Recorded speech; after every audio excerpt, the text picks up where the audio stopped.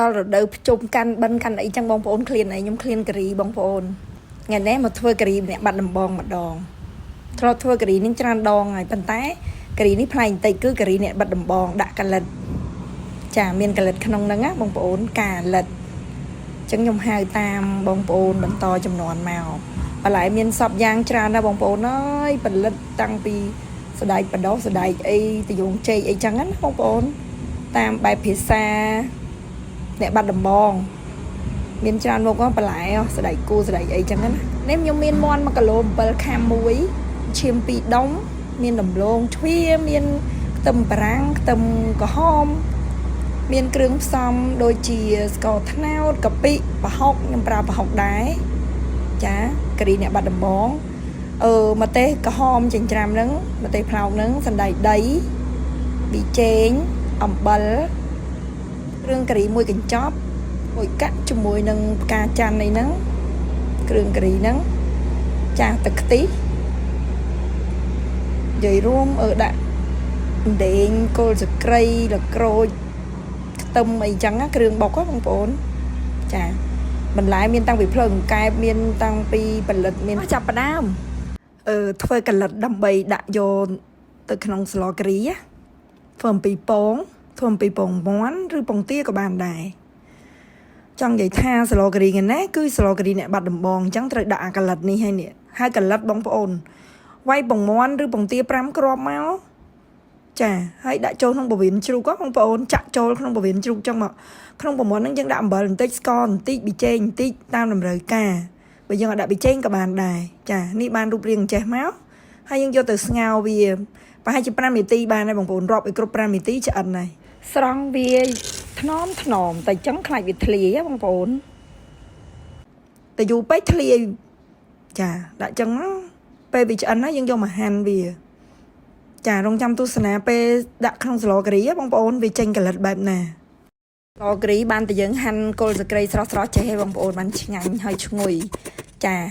គល់សក្រីហាន់ហើយយើងយកទៅបុកដោយយើងដាក់គ្រឿងដូចទៅសពមួយដងអញ្ចឹងចាយើងដាក់ដេងមួយល្មៀតខ្ញុំអត់ប្រើខ្ជាយទេចាបុកឲ្យរាងម៉ត់បន្តិចមកហើយខ្ញុំប្រើប្រហុក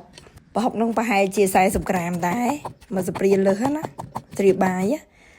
ចា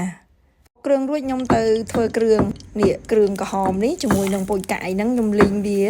ដើម្បីយកពណ៌តែប៉ុណ្្នឹងឯងខ្ញុំអត់ដាក់ទាំងកាអីទេខ្ញុំអត់ទៅបុកអីដូចគេទេខ្ញុំធ្វើប្លែកពីគេចាខ្ញុំយកតែពណ៌ឯអាហ្នឹងណាចាបន្តមកទៀតខ្ញុំដាក់ឆ្នាំងឲ្យក្តៅដាក់ប្រេងចូលពេលខ្ញុំដាក់55ក្រាមវាមកកំប៉ុងស្ព្រាបាយ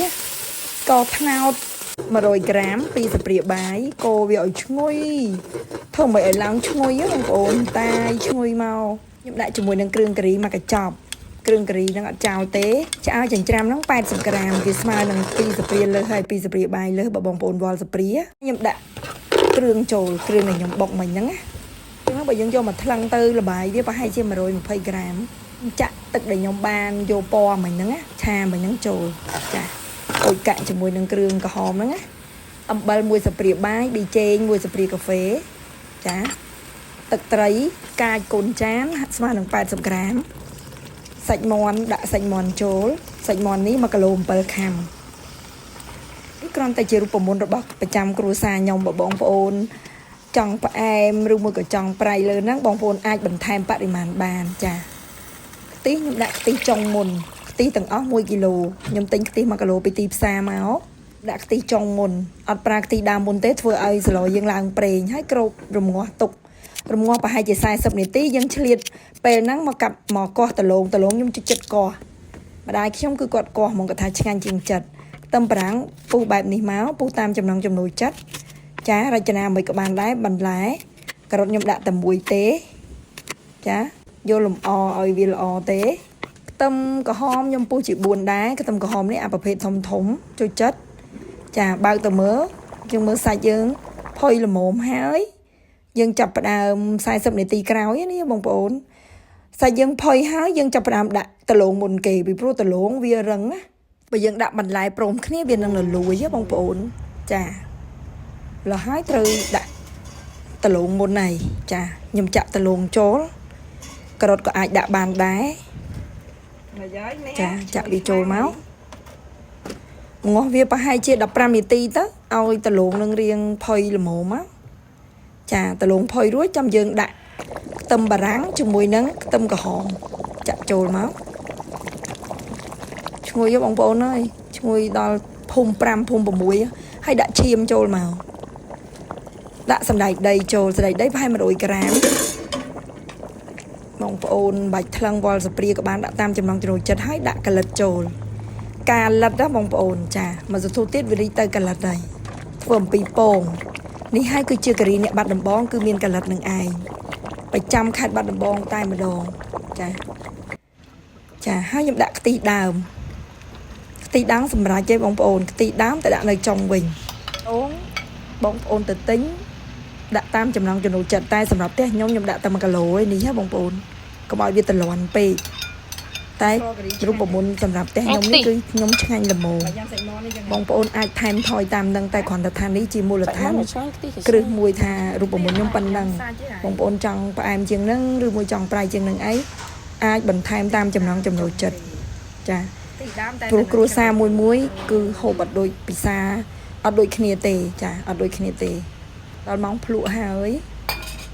tha ta là mồm hạt sần tự nhiên là nhóm cứ hạt sần lo cà ri ngày nít tá miền đồ chiết dạng ná chầm ụt mơ ở đằng thật thay mấy tiền thì pro ít ngang này anh rùi rồi hai bông ốn bột sờ rộp tới và hai chia đập mớn pram pon rì là từng món từng kêu từng nông bị chọc từng nông pang ấy á chà mùi năng đi dột từ căn bần bàn bần tì mà nói bông ốn từ bần ven từng óc ni từ đó khai chung trắng clean này bông ốn đấy đi tình em từ lóp mình tử đã mau từ cuốn đậy sọc cột mau ca sao từ dụng chê từ đậy cùi chân á bà lại tam cho nó cho nụ chất ta sợ ấy chân tơ nhưng cho chất chân kê nó cứ ta dùng chì đạp màu hay đạp mùi cả lật dương nè rồi cho sầm rập ngày ní ta anh chơi pizza nông bị chọc từng óc nè bông bồn nông bị chọc sờ lò cà nè bát đầm bông video ngày ní có đào tì bánh chọc hăng ấy ông quân trong buổi càng tu sna cả lại cả share comment rồi bông bồn hai bông bồn toàn follow page complete cho follow page hoàn chơn mùi đầm bầy bàn một mà hộp riêng rồi tháng ngày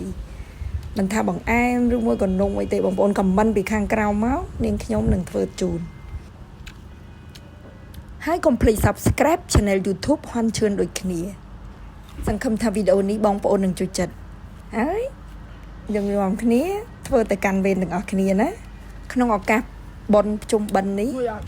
sông chun po ở bông bồn từng o lúc tôi tiền miền ban sau có phép lo thôi đầm nào từ bên từng ở kia miền sầu tập hiệp tam phơi bạc bó đôi tụm nuôi khó trời đập bay sầu tập hiệp từng óc kia ở con chụp điệp lìa bye bye chụp kia ở video cao ấy tiệt ri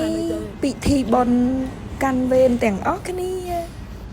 sầm lo cái ri ọt bà bãi bóng ôn còn ta kêu tràn này thưa